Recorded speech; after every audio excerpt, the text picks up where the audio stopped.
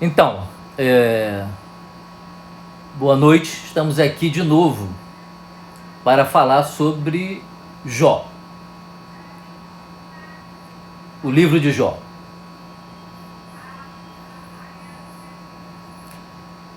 Olá, Márcia. Boa noite. Obrigado, Rafael. José Luiz, obrigado. Maria, obrigado pela presença. Querida Mari, prazer revê-la aqui. Maria, Zé Luiz, boa noite. Muito bom, Mari. Uma hora dessa a gente mata as saudades. Então, vamos lá. Eu vou fazer novamente de forma muito rápida, né? Uma sobrevoada no livro de Jó para a gente conseguir cada vez mais ter em mente, né, a estrutura do livro. É de fundamental importância que a gente tenha em mente, né, o roteiro do livro. Quer dizer, o artista que confeccionou, né, esse livro, ele fez um roteiro, né, um roteiro existencial de uma beleza incomensurável. Né? Então, ele decidiu fazer a moldura do livro, como nós vimos. Né? O capítulo 1 e o capítulo 2 é o prólogo do livro. Né? E o epílogo, que é escrito em prosa. Né? O capítulo 1 e 2, que é o prólogo, é escrito em prosa, e o epílogo, né, é escrito em prosa. O meio do livro, o coração do livro, que é emoldurado pelo prólogo e pelo epílogo, é escrito então em poesia, né? E uma poesia de uma beleza incomensurável, como a gente tem visto aqui, né? Neste conteúdo poético, o que nós encontramos logo de início, né? Aquilo que os literatas chamam de solilóquio, que é um canto de tristeza, é um estilo literário que fala de um sofrimento consciente, o qual o indivíduo conseguiu organizar em sua consciência, portanto ele consegue falar sobre esse sofrimento. Não se trata de um diálogo interior com figuras caóticas do inconsciente, em que o ego fica se debatendo daqui para lá, de lá para cá, sem compreender aquelas imagens que estão ali, povoando e orbitando a consciência, né? Mas se trata, sim, de um discurso de dor e sofrimento altamente organizado, altamente organizado. Esse solilóquio, ele acontece, né, lembremos do início do livro, 7 dias depois de Jó ter ficado noite e dia em silêncio. E do lado deles, né, os amigos, que é o objeto do nosso último encontro, o primeiro ciclo de debates ou de disputas, e hoje nós vamos falar do segundo ciclo de debates ou de disputas, né? Esses 3 amigos que viram o amigo, saíram da casa deles para ir visitar o amigo, pois a fama de Jó, nós sabemos, né, atravessava as fronteiras, ele era conhecido em todo o Oriente, e esses amigos, que são sábios como Jó, né, decidiram ir consolá-lo. Né? E ao avistar o pobre Jó deitado no pó, né, completamente desfigurado por uma doença, né, dermatológica, né, e depois nós vamos falar aqui em algum momento, né, uma doença médica chamada síndrome de Jó, né, que eu descobri que existia, eu não sabia, né, que é um diagnóstico raro, né, uma etiologia rara, tal como a hematidrose, né? A hematidrose é uma condição médica, né, como a síndrome de Jó, rara. Né? A hematidrose, só para pincelar, né, é aquele suor de sangue que Jesus teria suado ali no momento em que ele estava praticamente cercado pelas tropas romanas e tinha consciência absoluta de que seria preso, né, naquela ocasião. Então, o nível de estresse de Jesus, isso é fantástico, né? Porque a gente vê que essas pessoas, elas eram divinas porque eram humanas, né? Ele vai ali no profundo da humanidade dele e ao se descobrir totalmente humano, se descobre também totalmente Deus, né? É uma experiência psicológica essa, né? Então, sob estresse, né, há aquela ruptura daqueles pequenos vasos subcutâneos que tem na nossa pele. E o calor é muito grande, e o calor também movido pelo estresse. Tanto isso é verdade que lá naquele monte, ele pede para os amigos dele ficarem com ele, que estava com medo, queria companhia, como qualquer pessoa que está com medo e quer uma companhia do lado.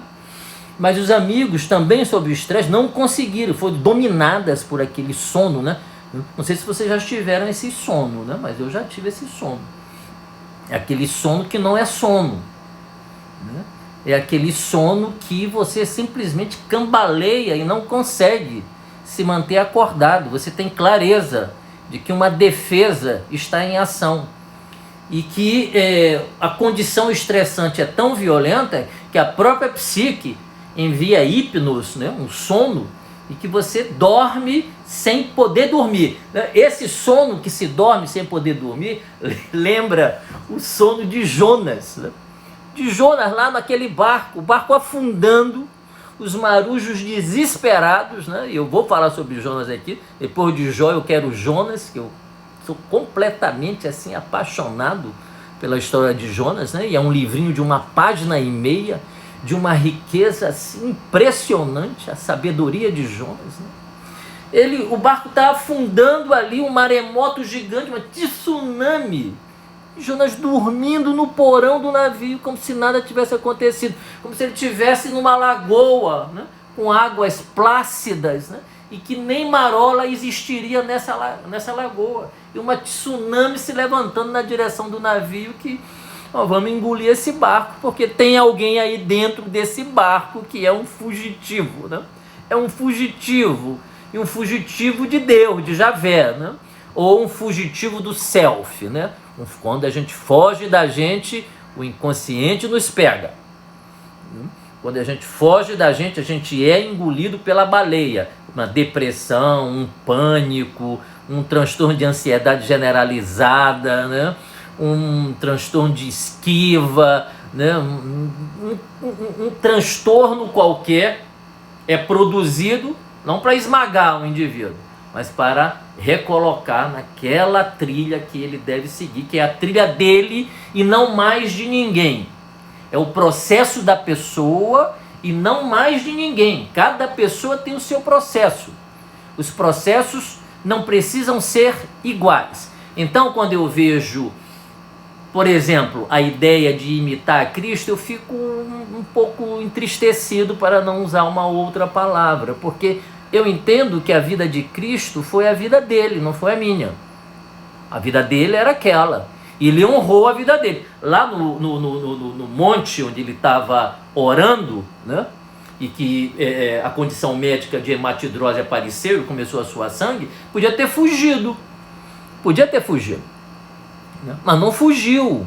E por que ele não fugiu? Porque ele sabia que ele não tinha como fugir. Ele sabia, ele não tem como fugir. O indivíduo é pego mais adiante. E ele tinha que honrar o destino dele. E o destino dele era aquele ali. Então, pululam exemplos na literatura espiritual e na literatura psiquiátrica. Olha que coisa interessante, né? Eu acho assim uma semelhança, quando eu leio o DSM-5, né? Os transtornos psiquiátricos, eu estou lendo um manual de espiritualidade, né?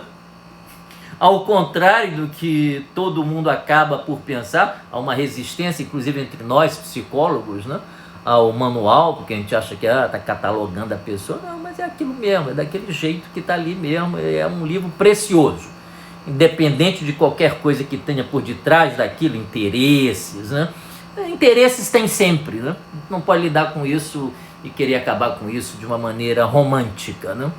Então, mas quando eu leio o Manual Diagnóstico e Estatístico dos Transtornos Mentais, da Sociedade Psiquiátrica Americana, ou a CID-10, né?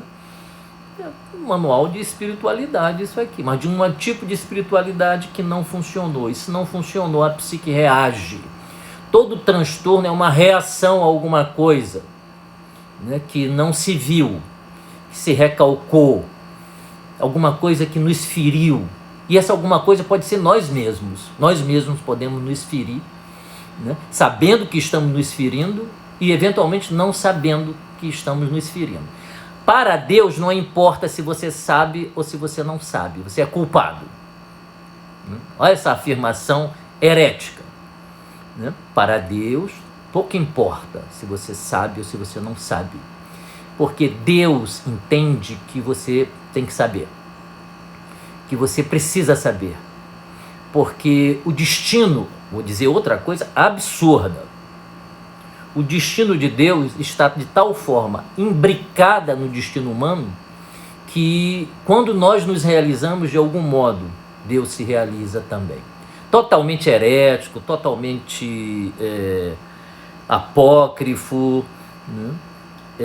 Mas eu sou um psicólogo com mais de 30 anos de consultório e uma autoobservação que eu respeito, a minha autoobservação de mim mesmo, os meus processos ao longo, né, da minha vida até o presente momento, com 62 anos, que eu vou fazer agora em julho. Né? Eu sou atento, não porque eu quis, né, porque eu fui obrigado a ser atento. Né? Então, essas afirmações, elas são afirmações psicológicas. Esse é o motivo pelo qual algumas pessoas me convidam para palestrar, às vezes em igreja evangélica, né? E eu admirei a coragem do padre onde eu assisto missa, por ocasião daquele mês de prevenção do suicídio, ter me convidado para fazer uma homilia nos 4 domingos daquele mês, que eu não me lembro mais qual foi o mês, né? Porque eventualmente eu poderia dizer alguma coisa que não fosse tão conservadora e que não estivesse em harmonia com a ortodoxia, porque as minhas referências são as referências clínicas dos processos de desenvolvimento dos meus clientes e o meu próprio processo, minha própria autoobservação e também os processos de análise que eu fiz ao longo da minha vida. Fiz muita análise, não fiz pouca análise, né? Então, a minha fala vem da experiência, né? E aqui eu já posso construir uma ponte com Jó, porque o que Jó vai dizer para os amigos nas discussões é: olha só, as teorias de vocês não me interessam. As teorias de vocês não me interessam. Vocês estão reproduzindo aquilo que está escrito nos livros. Olhem para mim, olha como eu estou.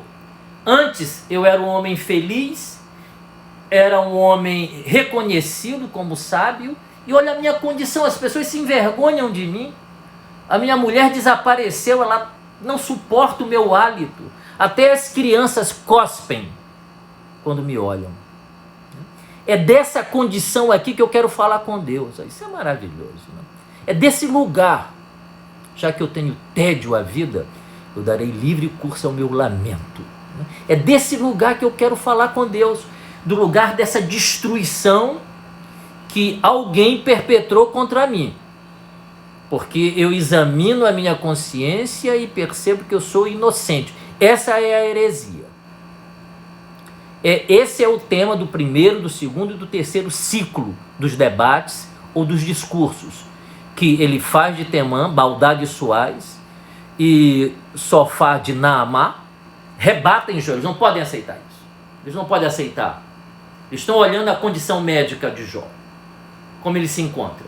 E ao invés deles pararem para ouvir, tal como um psicanalista faria, deixa eu olhar esse cara, meu Deus, deixa ele falar. Deixa eu continuar ouvindo. E ficar em silêncio, ouvindo. Talvez um mês em silêncio. Talvez 2 meses em silêncio, esperando a ação do inconsciente. Esperando que a salvação é a tomada de consciência, né? É a tomada de consciência, a salvação. É quando eu entendo o que está acontecendo. De repente, eu saio do fundo do poço e digo assim: não, mas agora eu estou entendendo o que está acontecendo. Uma luz se fez dentro de mim, a luz da consciência. Então eu ouviria Jó.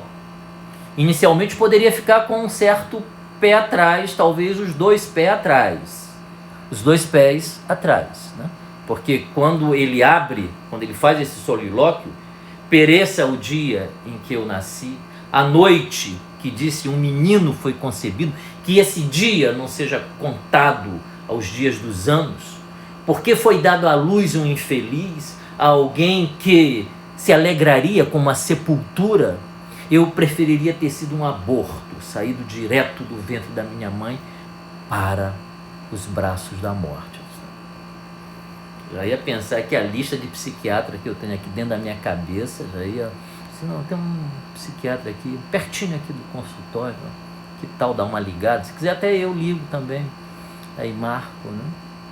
Mas poderia ser que alguma coisa dentro de mim soprasse aqui no meu ouvido e dissesse assim: espera um pouco, espera um pouco. Eu atenderia o sopro aqui no meu ouvido, espera um pouco. Tentaria identificar se era do lado direito ou do lado esquerdo, né? Fosse esquerdo, teria que ter mais atenção com o espera um pouco, né? Se fosse do direito, não, espera um pouco então, né? Então, essa aí é Bion, né? Eu estou misturando, mas não tem como não misturar. Aí é Bion com aquela atenção, né?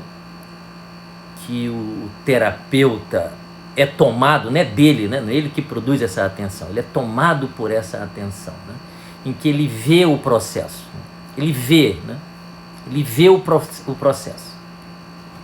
Esse é um debate também bem interessante, né? Então, o grande... Voltando à questão do livro, que eu acho que me perdi, mas eu acho que essa digressão foi, de qualquer modo, interessante para a gente falar a respeito, né?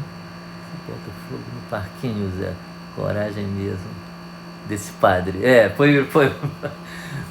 Mário, ele foi corajoso, mas eu me comportei assim como um verdadeiro santo, né? Quando acabou, vi algumas pessoas generosas, pessoas boas de verdade, né? Se aproximando de mim, me agradecendo pela boa fala, né? Me senti um pouco,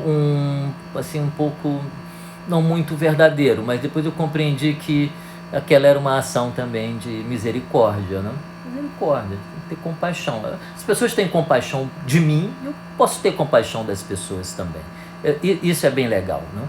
Não é necessário que a gente seja assim, tão dentro do inconsciente, né?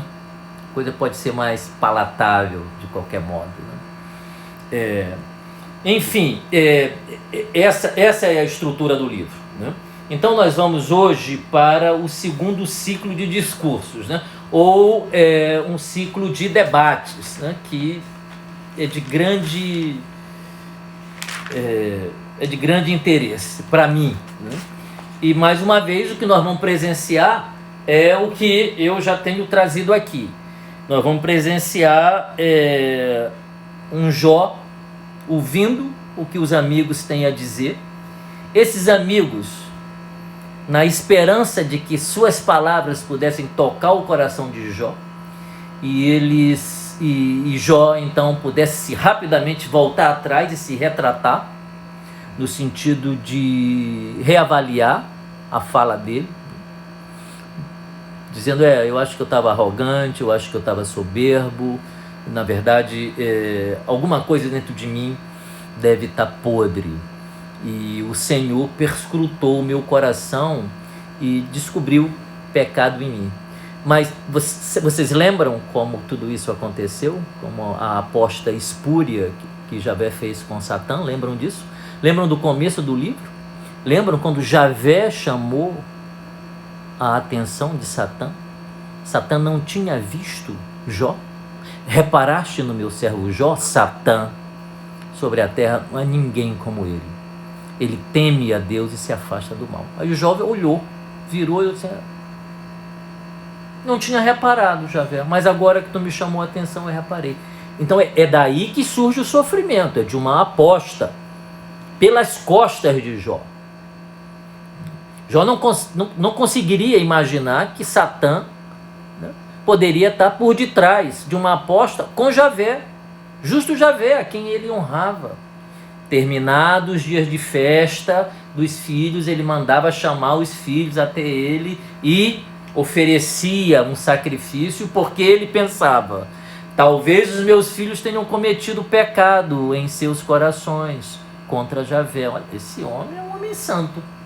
Esse homem merece esse sofrimento todinho? E é isso que Jó vai dizer, né? O Jó vai dizer que as pessoas boas também são alcançadas de forma dramática por Javé.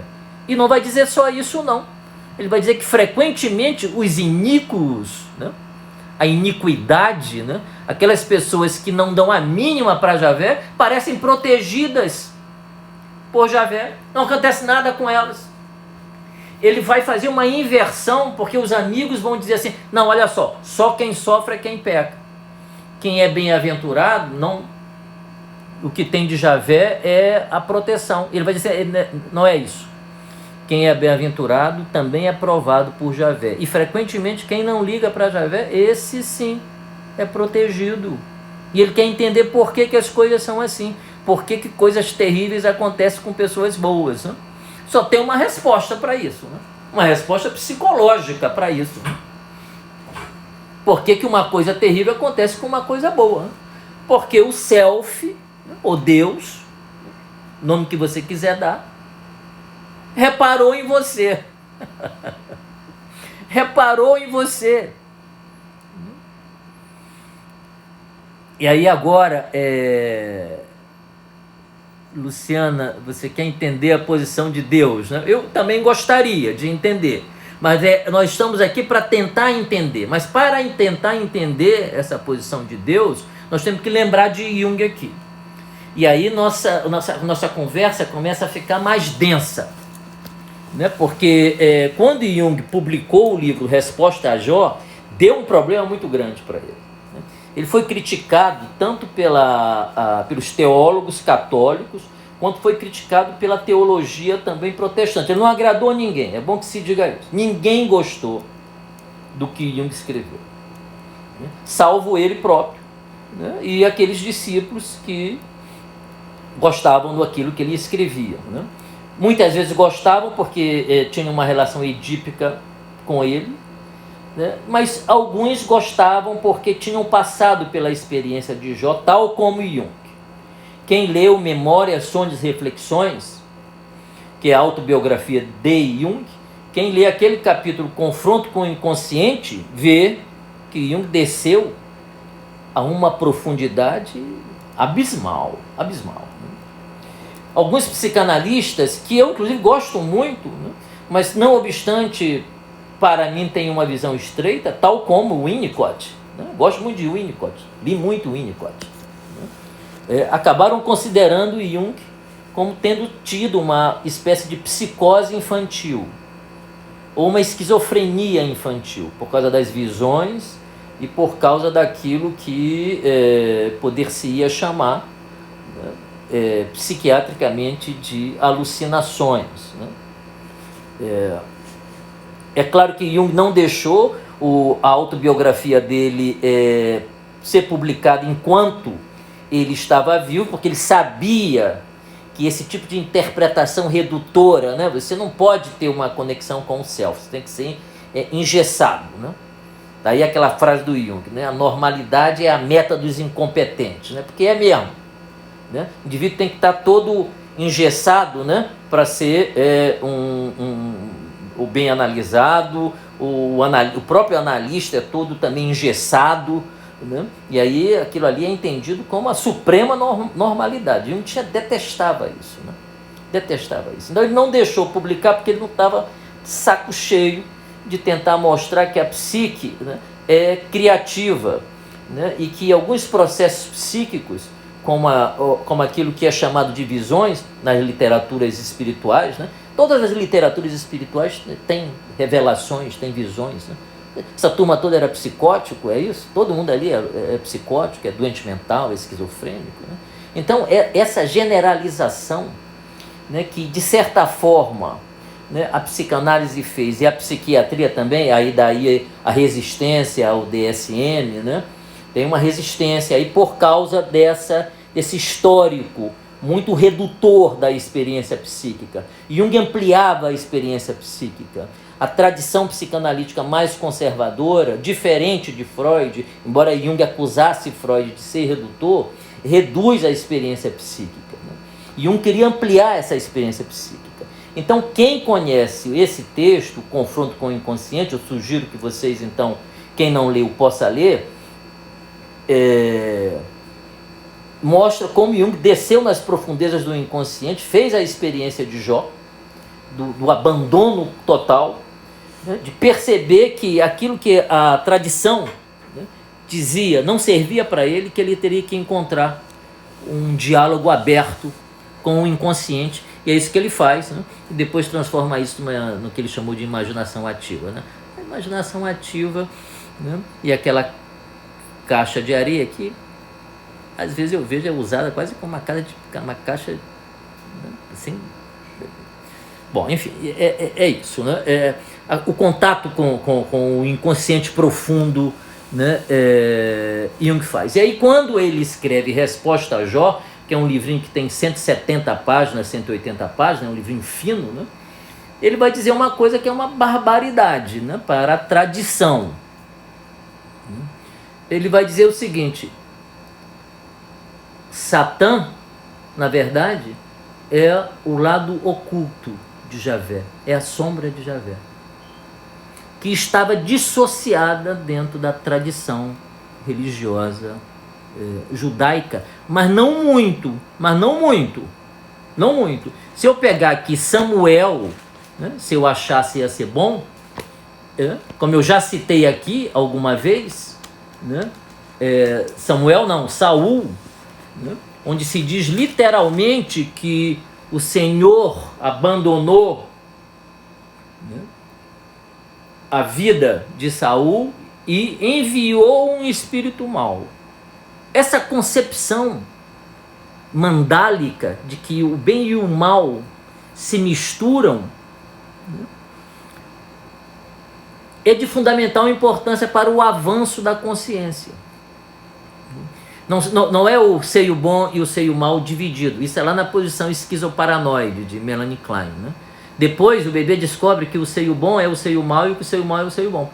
E que isso tem a ver com as ansiedades dele, né? E que ele vai ter que lidar tanto com o seio bom quanto com o seio mal. O seio bom é aquele que corre e serve, e o seio mal é aquele que frustra. Mas como a frustração faz parte da vida, ele terá que lidar com a frustração. Nenhum de nós ama a frustração. E, no entanto, temos que lidar com ela todo o tempo.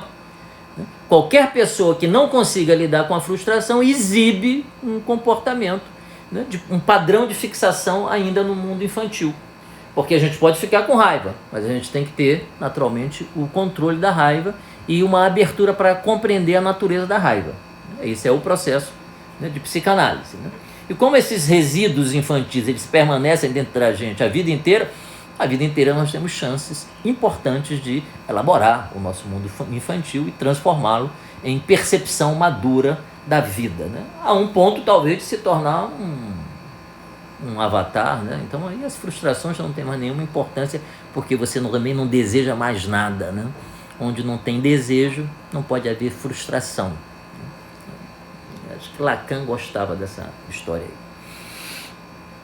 que é a coisa da falta que quer ser preenchida, né? E quando essa falta não é preenchida, o indivíduo abre o berreiro, né? Enfim, então essa colocação de Jung, voltando a essa questão, essa colocação de Jung de que Satã, que não é uma entidade, lembrem disso, que eu falei isso no nosso primeiro encontro, naquela ocasião que o livro é composto, século 7 a.C., Satã não é uma entidade, não é uma pessoa, uma coisa como é pra gente hoje, né?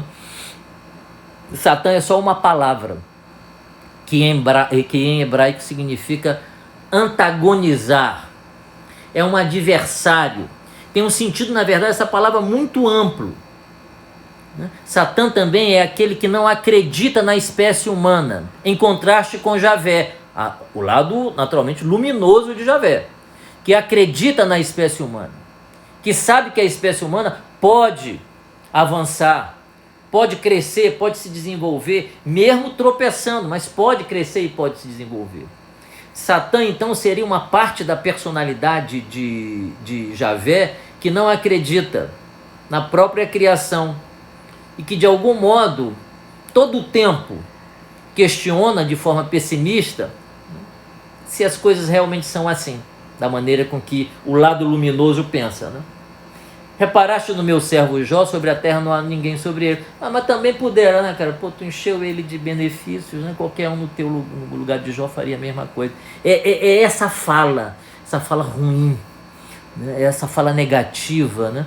Não é uma fala do tipo assim, eu reparei no teu servo Jó, realmente ele é incrível, cara. Realmente ele te ama, viu, Javé? Ele te ama. Eu confirmo isso. Eu não tinha reparado, mas aí agora eu reparei. É incrível, não é como ele está chamando os filhos aqui para, né, fazer sacrifícios em teu nome, né? Ele realmente te ama, Javé. Javé ainda não tem essa unidade e talvez nunca terá, né? E quando eu digo Javé, óbvio, eu não estou falando de Deus, estou falando de uma estrutura psíquica, porque sempre e invariavelmente nós teremos sombra dentro de nós. Nós nunca seremos só luz. Lembra da frase de Jung? Quando ele diz, as pessoas que alcançaram a iluminação não alcançaram porque ficaram contemplando figuras de luz, não. Elas alcançaram porque elas viram a escuridão. É essa escuridão que arrebataram essas pessoas, catapultaram essas pessoas na direção da luz. Então não é todo o tempo rezando, orando, é também, né? Mas é também tendo a coragem de olhar para dentro de si e sem nenhum tipo de julgamento moral. É desnecessário o julgamento moral. Olhar o que existe, né? O julgamento moral eu considero inclusive uma vaidade. E por que eu considero uma vaidade? Porque diabos eu não poderia ter sentimentos ruins dentro de mim? O que acho que eu sou? O que eu acho que eu sou para não ter esses sentimentos ruins dentro de mim? Então, se eu tenho sentimentos ruins dentro de mim, é porque eu tenho uma sombra, eu tenho mesmo, de verdade, eu tenho, né?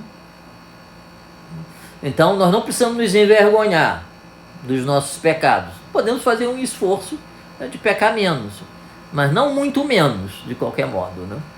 Em algum grau é necessário para que a gente possa, então, compreender por que nós agimos daquela forma e assim produzir a luz da consciência. Qualquer tentativa de reprimir isso, a gente sabe, né? Olha para a Igreja Católica e vê como ela teve que lidar com a pedofilia, né? Olha para a Igreja Evangélica, né? Esse escândalo onde pessoas pobres são exploradas, né? De modo geral. As igrejas neopentecostais, em geral, né? É claro que há exceções, eu tenho flexibilizado mais isso, porque tenho discutido com algumas pessoas e é verdade que existem pessoas boas, né? Existem padres incríveis, né? A própria igreja é fantástica, né? Mas tem essa sombra, porque reprimiu a sexualidade de uma maneira inadequada, né? Essa questão da castidade é uma ferida, né? Um espinho na carne da Igreja Católica, né? Temos esperança de que o Papa Francisco possa talvez pensar essa questão, né? Porque não há nenhum problema as pessoas que quiserem ser castas, né? Que sejam, meu Deus, né? As que não quiserem, que não sejam, né? Não é a condição de transar com alguém que autoriza você a falar da palavra de Deus ou não falar. É uma coisa assim, é quase inacreditável que a coisa funcione assim, né? Mas funciona assim para a nossa perplexidade. Então, é isso que Jung diz, que Satã, então, é o lado sombrio, né, de Javé, né? E aí ele avança um pouco mais, né, e propõe como um símbolo profundo, ele mexe realmente com os objetos mais sagrados do catolicismo e da tradição cristã, como a Trindade. E aí ele propõe uma quaternidade, que é Pai, Filho e Espírito Santo, e a sombra desses três, né? É muita ousadia do Jung, né? É muito difícil até falar sobre isso de algum modo, né? Mas ele teve a coragem de fazer isso, né? Na década de acho que de 30 ou 40, não sei quando foi escrito o livro, né? Mas ele percebeu claramente de que era necessário falar sobre a sombra desse arquétipo, né? Então ele define Deus como uma antinomia, né? Não é uma antiandromia, não, é uma antinomia, né? Deus é uma oposição interna total, né? Ele não tem um juízo de valor, ele é um princípio que simplesmente vai, né? Sem um julgamento moral. Então, isso gera um tipo de reflexão muito sofisticada, mas que vai na direção daquela reflexão que eu acabei de fazer aqui, que nós poderíamos então olhar para o nosso inconsciente, né, ou para os símbolos do nosso inconsciente, né, e ver que tudo aquilo que é produzido ali, de alguma forma, tem uma origem divina. Lembremos então de Jó. Como é que Jó expressou isso no livro? Se Deus me deu todas essas riquezas, Ele pode me tirar também. E nos dois casos, Deus está presente, né? Isso é terapêutico, né? Isso é terapêutico. Nos dois casos, na minha mais absoluta solidão, na escuridão da minha alma, no silêncio da minha vida, quando eu olho ao redor não encontro ninguém, nem mesmo Deus, um silêncio profundo de Deus na minha vida, né? Essa é uma condição depressiva conhecida. Mesmo aí, eu persevero esperando por um acontecimento autonômico. Não sou eu que saio, não sou eu que me tiro. A minha fé, e aí não é só fé religiosa não, é fé no sentido de Bion, que é um cara que só estudou psicose, que ele fala em fé. É uma fé que é uma certeza psíquica, é uma certeza psicológica de que eu desci ou fui empurrado a uma profundidade tão profunda que alguma coisa ali embaixo vai me empurrar de volta. Poderia ser também um princípio físico, de qualquer modo, né? O problema é esperar, né? Nós não gostamos de esperar. A gente quer ser rápido em tudo. Se eu quero, tem que acontecer, né? Mas quando a gente espera, aí vem a palavra esperança, quando a gente espera inclusive sem confiar mais em nada, olha o que eu estou dizendo, quando a gente espera sem mais confiar em coisa alguma, quando você não tem mais nada a perder, porque tudo já foi perdido, você não tem nada mais a defender, porque tudo perdeu o sentido e o significado para você, essa é a condição que Deus adora. Deus adora essa condição psicológica. Parece que é nessa condição que acontece a transformação. E acontece a transformação através de um fiat lux, de um insight, de faça-se a luz, de um insight. De repente você não está mais deprimido. De repente você não está mais angustiado. Eu ouso dizer aqui uma frase que recentemente eu ouvi.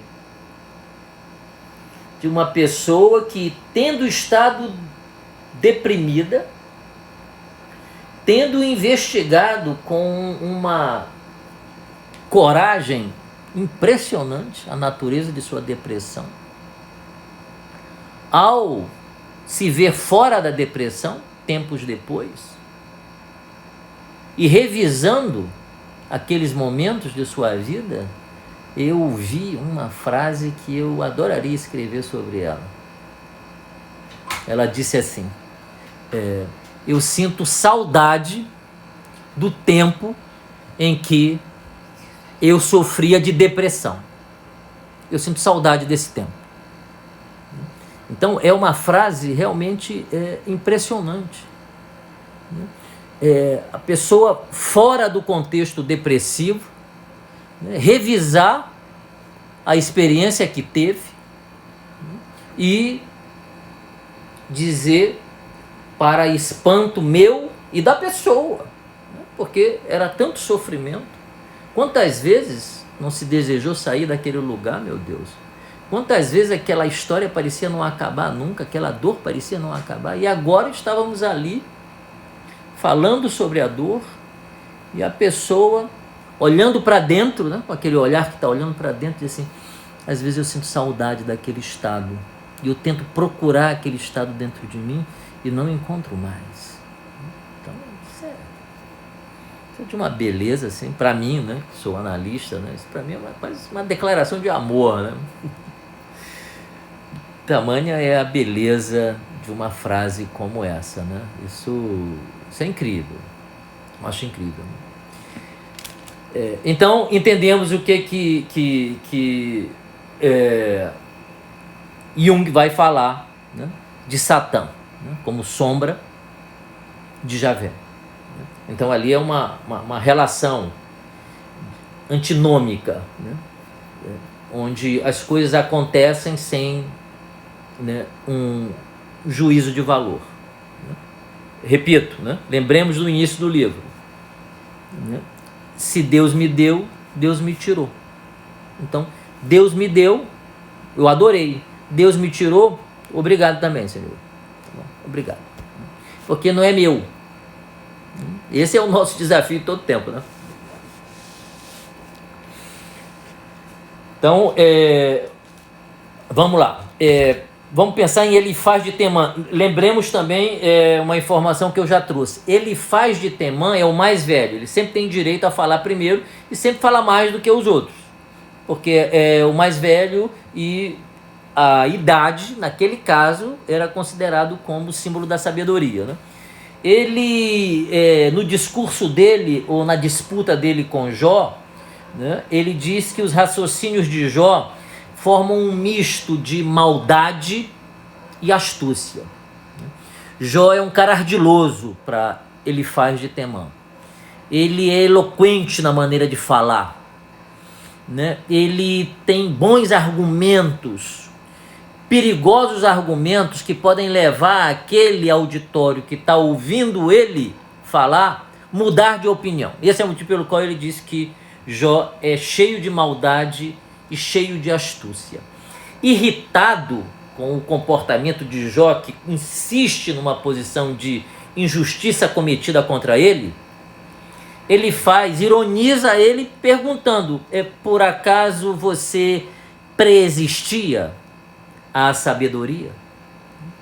Por acaso você nasceu antes de todas as coisas para você achar que você sabe tudo e que pode desafiar a Deus, invocar Deus para ter com ele, né, uma disputa? Porque é uma questão de direito, de qualquer modo, né? Jó acha que ele tem o direito de invocar Javé para ter com ele uma disputa. Ele gostaria de ter um intermediário, alguém que intermediasse isso. Mas ele mesmo diz: mas quem pode intermediar um debate como esse, né? Jó realmente é um cara muito interessante e muito ardiloso também, no sentido positivo do termo. Não no sentido que ele concede a palavra ardiloso, né?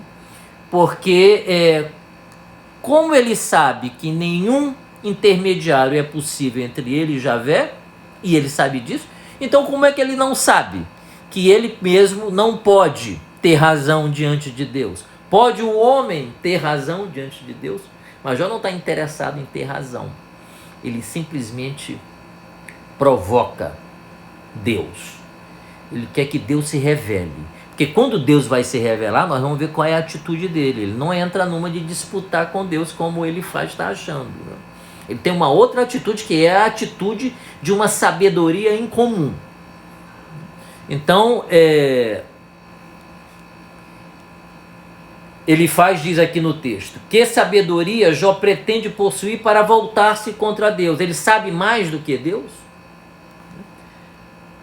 Para o homem é impossível ser justo diante de Deus. É uma outra fala de Elifaz de Temã.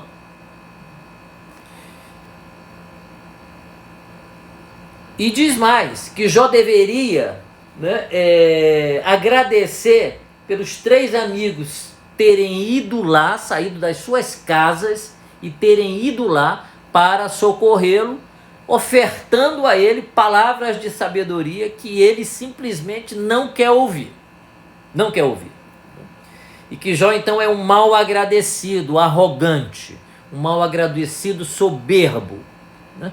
Que vendo a condição existencial na qual ele se encontrava, vendo a condição física na qual ele se encontrava, nem assim ele dobra para reconhecer que os amigos traziam a palavra que ele deveria aderir e, com todo o respeito do mundo, se confessar culpado e implorar pela misericórdia divina. Jó não faz isso, né? Não é impressionante que ele não faça isso, né? Não é impressionante? Vendo a condição médica dele, todo cheio de pústulas sobre o corpo, né? Com problemas respiratórios graves também, um cheiro que exalava dele insuportável. Ele era só pele sobre osso. Ele chega a costurar um saco para cobrir a pele, porque a pele descolava dos ossos, né? Uma doença gravíssima. A síndrome de Jó é de etiologia, é uma condição médica de imunodeficiência grave.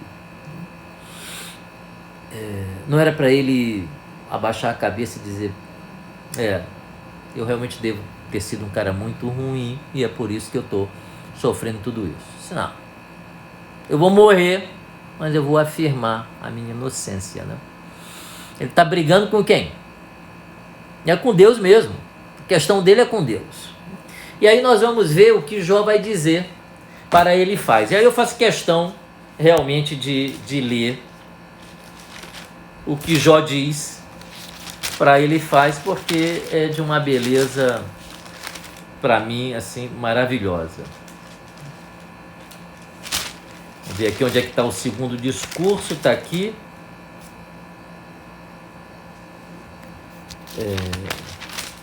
Então, Jó tomou a palavra e disse: olha o que ele diz para os 3 amigos que estavam ali. Já ouvi 1000 discursos semelhantes ao de vocês. Vós sois todos consoladores inoportunos. Inoportunos. O consolo de vocês não me consola. Me tortura ainda mais. Me faz sofrer ainda mais. E lembremos, ele sempre lança a mão da experiência dele. Ele vai falar com Deus daquela condição de infelicidade física e emocional total, que ao mesmo tempo é um sofrimento para ele, ao mesmo tempo é um benefício extraordinário, porque o que ele poderia esperar a partir daquela condição que ele se encontrava? Ele poderia esperar alguma coisa? Poderia esperar anos de felicidade depois daquilo? Ele só desejava morrer, que Javé se dignasse a fazer a gentileza de aniquilá-lo de uma vez por todas. Então, se ele quer morrer, o que custa ele dizer o que ele está sentindo com a verdade do coração dele? A verdade do coração dele. Eu tenho uma frase, não sei se eu já disse aqui, se disse vou repetir, em que eu digo o seguinte: que se você tiver que falar com Deus, se você estiver zangado com Deus e tiver que falar com Deus zangado, fale com todo o seu coração, fale de verdade. Blasfeme com seu coração, porque se você blasfemar com seu coração, aos ouvidos de Deus será uma oração.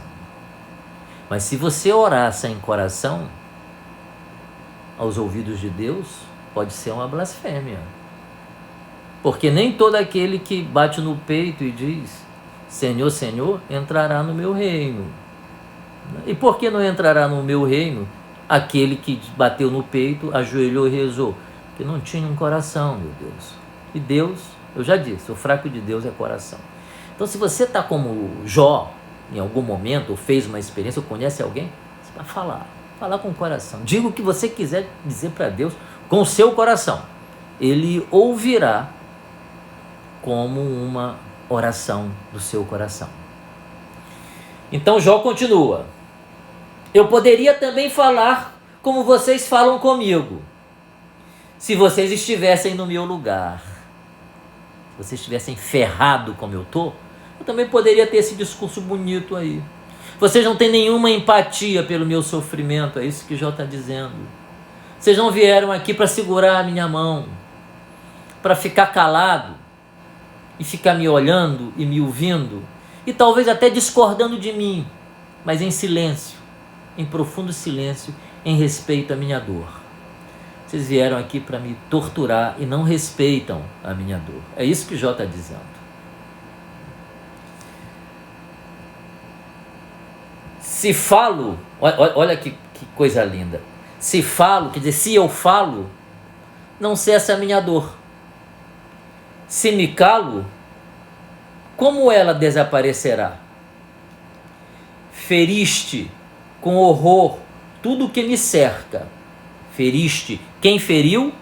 Já sabemos, Javé. Tudo que me cerca. E ele me deprime. Meu caluniador tornou-se minha testemunha. Levanta-se contra mim e me acusa diretamente. Sua ira persegue-me para dilacerar. Costurei um saco para cobrir minha pele e mergulhei meu rosto no pó. Meu rosto está vermelho de tanto chorar. E a sombra pesa sobre minha pálpebra. Embora não haja violência em minhas mãos, e seja sincera a minha oração.